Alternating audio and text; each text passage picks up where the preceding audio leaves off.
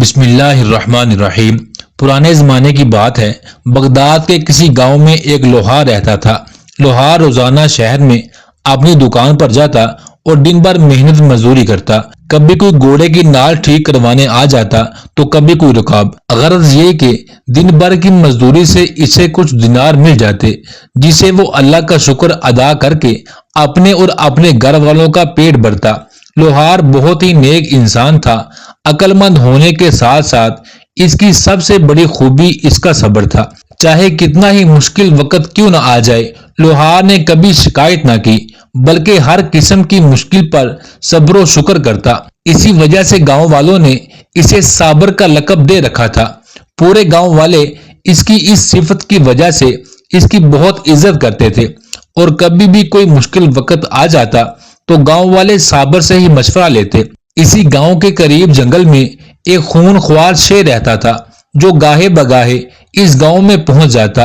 اس خون خوار درندے نے گاؤں والوں کے بہت سے جانوروں کو اپنا لقمہ بنا لیا تھا۔ گاؤں والے اس شیر سے بے حد تنگ آ چکے تھے۔ سب گاؤں والے مل کر صابر کے پاس گئے، اس غرض سے کہ کوئی ایسا مشورہ مل جائے کہ اس درندے سے جان چھوٹ جائے۔ گاؤں والوں نے کہا، اس شیر کو جنگل میں جا کر مار دینا چاہیے، مگر وہ صابر بولا، بھائیو اگر میرا مشورہ مانو تو صبر کرو، اسی میں بلائی ہے، کیونکہ یہ شیر ہے، کوئی بکری نہیں جسے آرام سے کاٹ ڈالو گے۔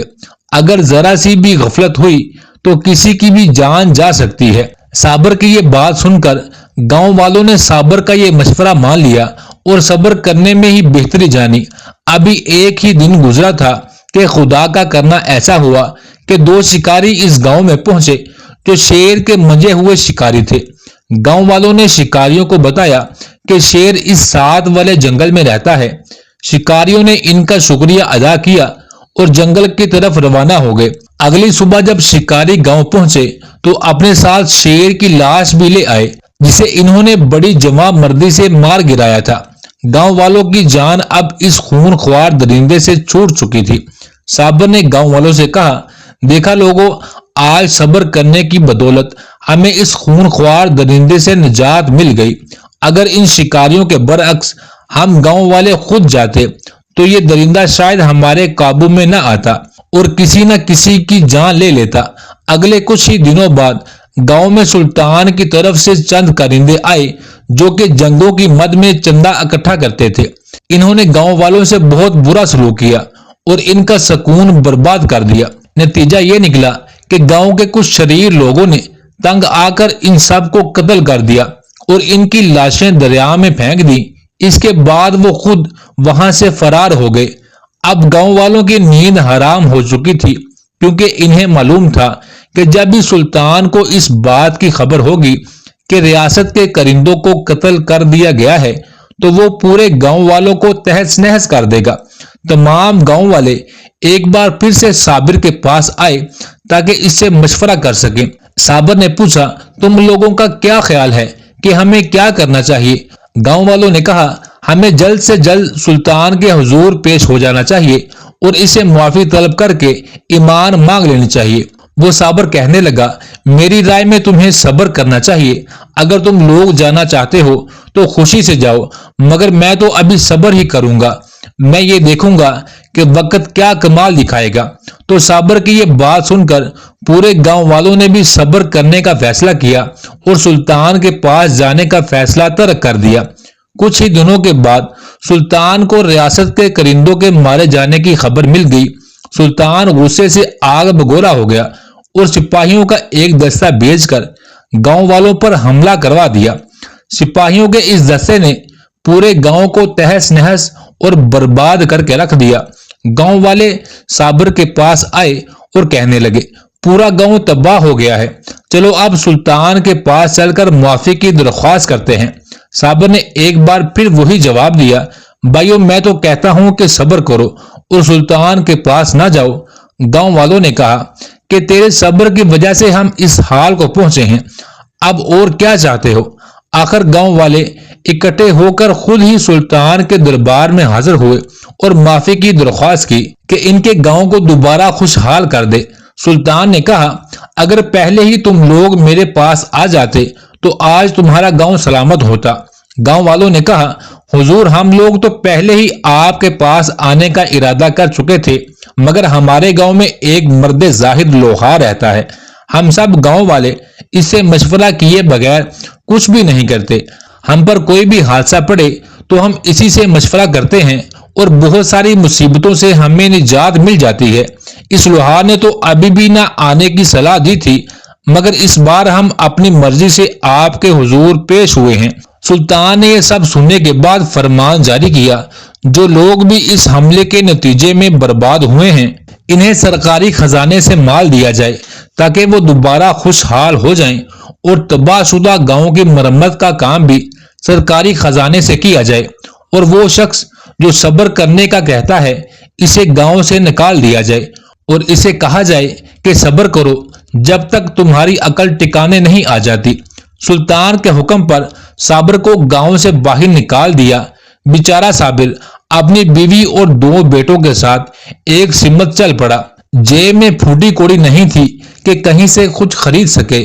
چلتے چلتے ان کا گزر ایک جنگل سے ہوا جہاں کچھ لٹیروں نے انہیں آن گھیرا۔ کافی چھان بین کرنے کے بعد جب لٹیروں کو صابر سے کچھ نہ ملا تو انہوں نے مسافر کے دونوں بیٹوں کو باندھا اور وہاں سے چلتے بنے کہ انہیں غلام بنا کر بیچیں گے۔ صابر نے صبر کر لیا مگر اس کی بیوی رونے لگی تو صابر بولا، اے عورت صبر کر، اللہ ضرور ہمیں اس مشکل سے نکالے گا۔ انہوں نے اپنا سفر جاری رکھا۔ چلتے چلتے وہ دونوں ایک گاؤں کے قریب پہنچے۔ صابر نے اپنی بیوی سے کہا، تم ذرا یہاں رکو، میں اس گاؤں میں جا کر کچھ کھانے کے لیے لاتا ہوں۔ یہ کہہ کر صابر اس گاؤں کی طرف چل پڑا اور اس کی بیوی آنسو بہاتی دیکھتی رہی۔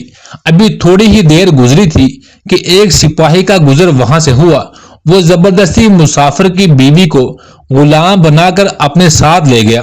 جب وہ صابر کھانا لے کر واپس آیا تو اپنی بیوی کو نہ پا کر بہت غمگین ہوا اور خون کے آنسو پی کر رہ گیا، مگر اس بار بھی اس نے صبر کرنے کا فیصلہ کیا۔ چنانچہ اس نے اپنا سفر جاری رکھا۔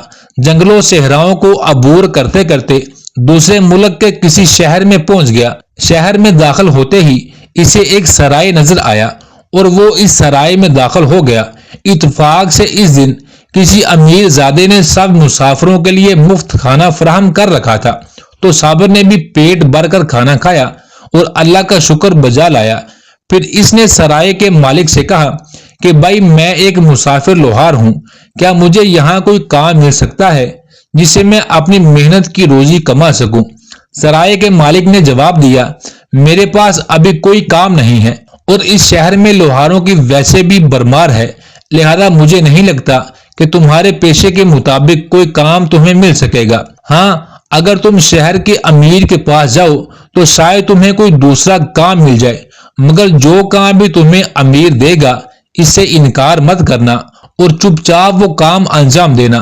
صابر نے اس کا شکریہ ادا کیا اور وہاں سے سیدھا شہر کے امیر کے پاس پہنچا۔ امیر بہت ہی سنگ دل آدمی تھا۔ صابر جب امیر کے پاس پہنچا تو وہ ایک قلعے کی تعمیر کر رہا تھا۔ امیر نے صابر کو بڑے بڑے پتھر اٹھانے کے کام پر لگا دیا۔ وہ صابر بیچارہ پورا دن کمر پر پتھر اٹھاتا، مگر شام کو صرف اسے کھانے کو 2 روٹیاں ہی ملتی۔ وہ صابر صبر و شکر کے ساتھ ان 2 روٹیوں سے اپنا گزارا کرتا رہا۔ ایک روز ایک مزدور کام کرتے کرتے سیڑھی سے نیچے گر گیا اور اپنی ٹانگ توڑوا بیٹھا۔ درد کی شدت سے وہ زور زور سے چلانے لگا۔ صابر اس کے پاس گیا اور اسے کہنے لگا، بھائی صبر کر، صبر کرنے والے کو آخر اس کا اجر ضرور ملتا ہے۔ اتفاق سے اسی دن سلطان بھی وہاں موجود تھا۔ سلطان نے حکم دیا کہ اس مزدور کا علاج کرواؤ اور یہ جو صبر کا وویلا کر رہا ہے اسے میرے اندھے کنویں والے زندان میں قید کر دو تاکہ اس کی صبر کرنے کی مراد پوری ہو سکے۔ چنانچہ صابر کو اندھے کنویں کے زندان میں قید کر دیا گیا، مگر اس نیک صفت انسان نے زندان کے طریق دنوں میں بھی صبر کا دامن نہ چھوڑا۔ کچھ ہی دن گزرے تھے کہ سلطان کو کوئی ایسی بیماری لاحق ہوئی کہ ہڈیوں کا ڈھانچہ بن کر رہ گیا